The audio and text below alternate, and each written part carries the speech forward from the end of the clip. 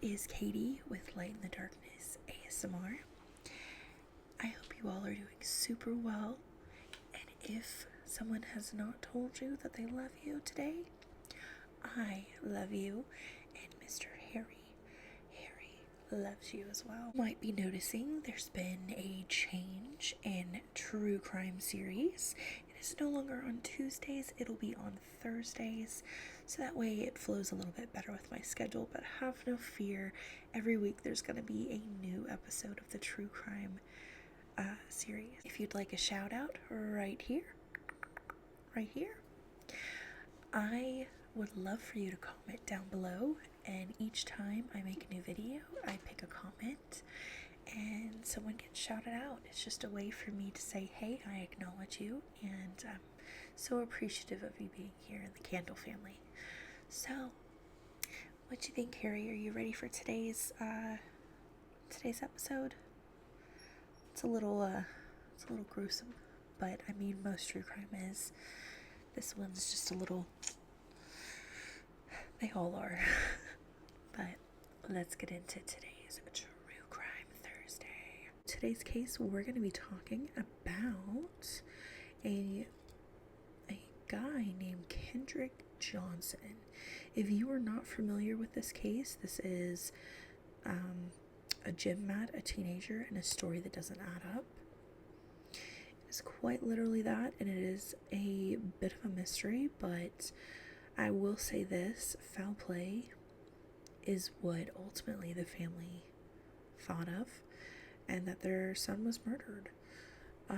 Ultimately, the decision of your thoughts for this case is up to you.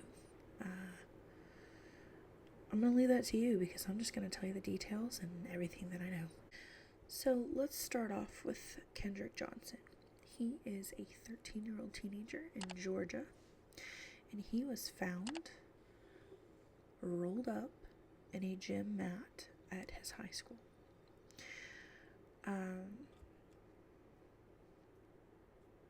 That alone is like, what? I don't have any children, but I do have a niece, and I could imagine that if you send your child or a loved one to school, you would expect them to come home, right? I don't know fully what happened, except the information that was given in these reports, and I can just say that my opinion is definitely foul play. Excuse me. So, let me just give you a little bit more information here. His body was discovered inside a vertical rolled up gym mat at his high school. Now,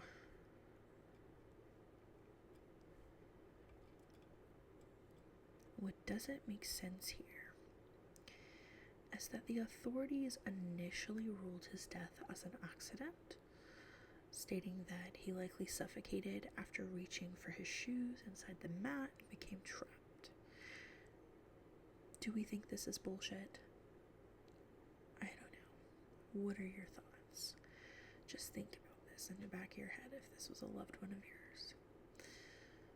So the family was like, this doesn't sit right with us. We just want to figure out what happened to our son.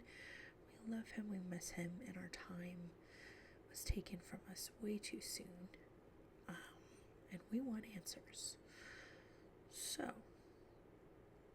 they got the autopsy, and this is the,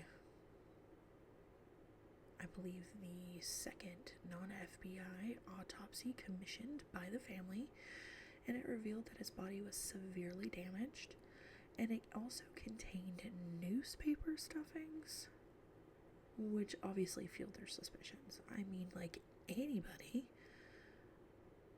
What the fuck's going on? Newspaper stuffings? Are you kidding me? Inside his body?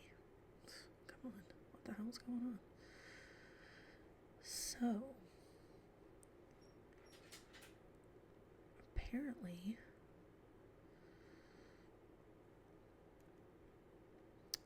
by the Department of Justice, there was insufficient evidence to prove that this was a criminal violation. Huh? Come on now.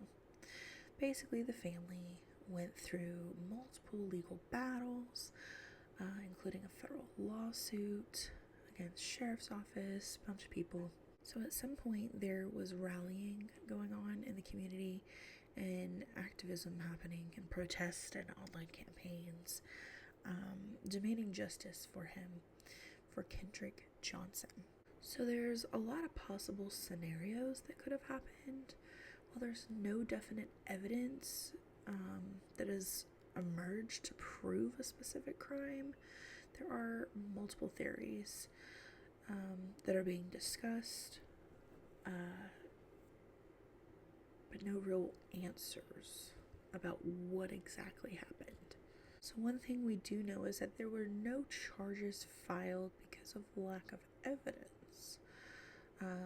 They couldn't find any leads or anything that was actually could put someone in jail. So the sheriff's office has re-examined the case, but it still maintains that there is no evidence of criminal activity. That is such bullshit. Now the family, they have legal challenges, including their appeal. I'm curious to know y'all's theories on what you think could have happened. Comment down below in the comment section and let me know what you think could have happened to Kendrick. Would you rule this as foul play, or would you say that it was an accident? While this remains a tragic and complex case with ongoing questions and concerns from family and friends and even the community surrounding his death and just the way things were handled with the investigation, the thing that I just want to say is that the discussion of his death is still very well known and very public. And I think the main thing that we can learn here is that highlighting the importance of transparency and accountability from law enforcement during situations like this. I think that's one thing that the family probably would really appreciate. If I can find any more information, or if you'd like to comment anything else you'd like to add, let me know. Comment down below. But as always, stay tuned for next Thursday's True Crime Thursday series.